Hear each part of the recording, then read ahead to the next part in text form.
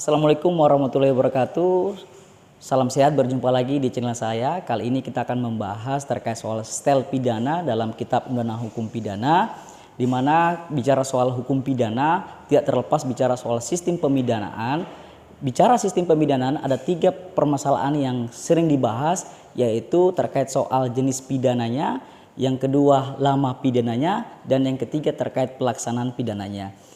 Kali ini kita akan membahas hanya 2 permasalahan saja, yaitu terkait soal jenis pidananya dan lama pidananya.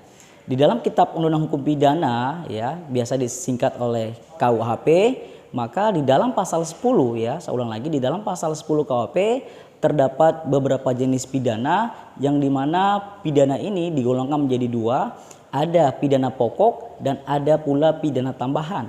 Untuk pidana pokok ya sifatnya adalah keharusan atau imperatif, sedangkan kalau pidana tambahan hanya fakultatif saja.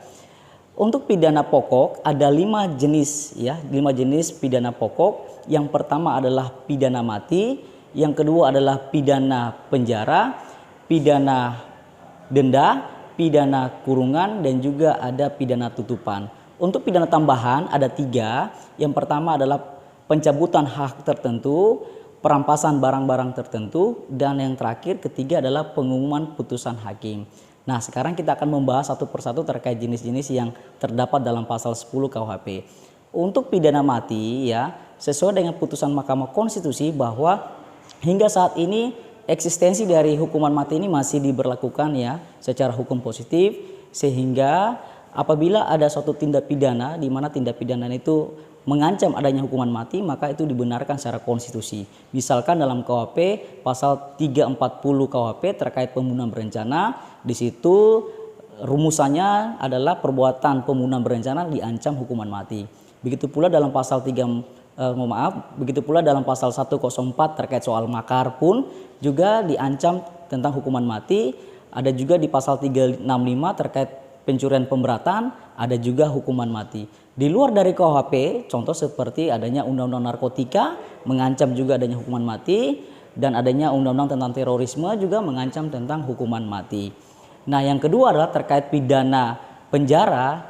Nah, pidana penjara ini adalah bagaimana adalah hukuman yang mengekang kemerdekaan seseorang ya karena dibatasi ruang geraknya, di mana di dalam pasal 12 ayat 1, 2, 3 KUHP mengatur terkait pidana penjara. Nah, berapa lama pidana penjara itu? Maka KUHP mempertegas bahwa minimal atau paling singkat adalah 1 hari dan paling lama adalah 15 tahun.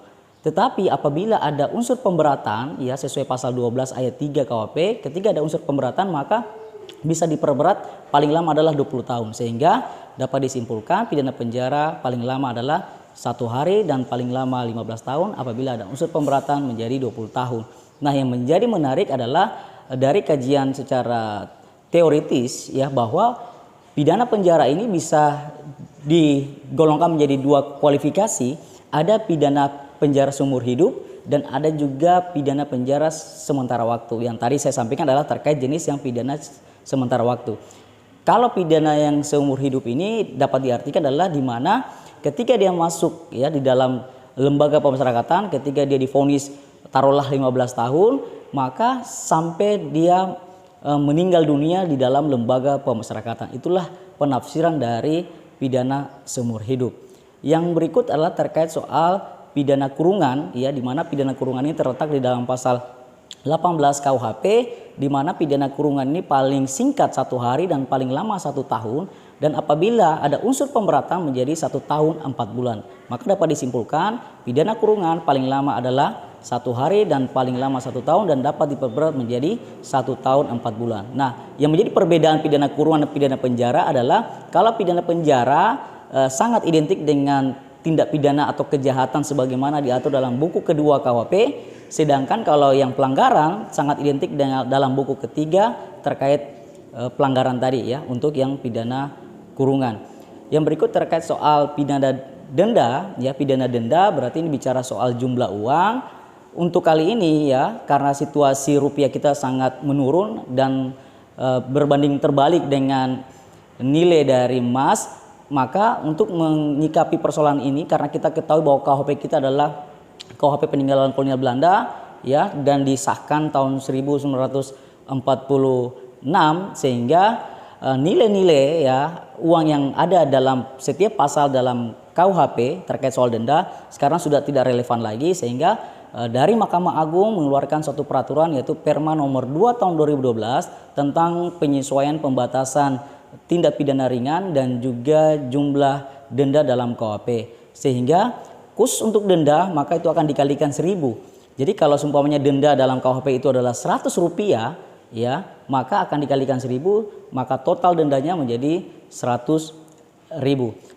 Terakhir terkait soal pidana tutupan ya, di mana dalam pidana tutupan diatur secara spesifik ya, secara lex spesialis di dalam Undang-Undang nomor 20 tahun 1946 tentang pidana tutupan. Nah, untuk pidana tutupan ini adalah pidana yang sangat identik dengan kejahatan politik, sehingga penghukumannya juga sangat spesial ya, sangat khusus, maka hanya dibatasi diatur dalam Undang-Undang 20 tahun 1946 tadi. Yang berikut ya, penggolongan berikut adalah terkait soal pidana tambahan, di mana tadi ada pencabutan hak tertentu. Nah, ini diatur dalam pasal 35 KUHP, di mana pencabutan hak tertentu misalkan bahwa dia melakukan tindak pidana korupsi, maka kebetulan dia sebagai pejabat, maka haknya sebagai pejabat dicabut. Bisa jadi juga haknya sebagai hak untuk memilih dicabut, ataupun juga hak untuk dia dipilih sebagai politik ya, dia mungkin terjun dalam dunia politik, maka itu juga dicabut. Nah, itu yang dimaksud dengan pencabutan hak tertentu.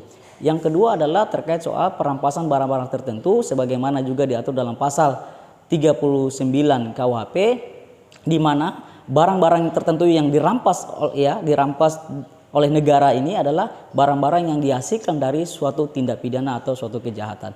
Dan yang terakhir adalah terkait soal pengumuman putusan hakim sebagaimana diatur dalam pasal 43 KUHP, di mana pengumuman putusan hakim ini menurut saya adalah merupakan sanksi sosial agar masyarakat mengetahui bahwa ada suatu peristiwa pidana dan ternyata pelakunya adalah si A contohnya. Nah, ini adalah bagian dari pidana tambahan, yaitu pengumuman putusan hakim. Baik, itu saja yang mungkin saya bisa sampaikan. Kurang lebihnya saya mohon maaf. Wassalamualaikum warahmatullahi wabarakatuh.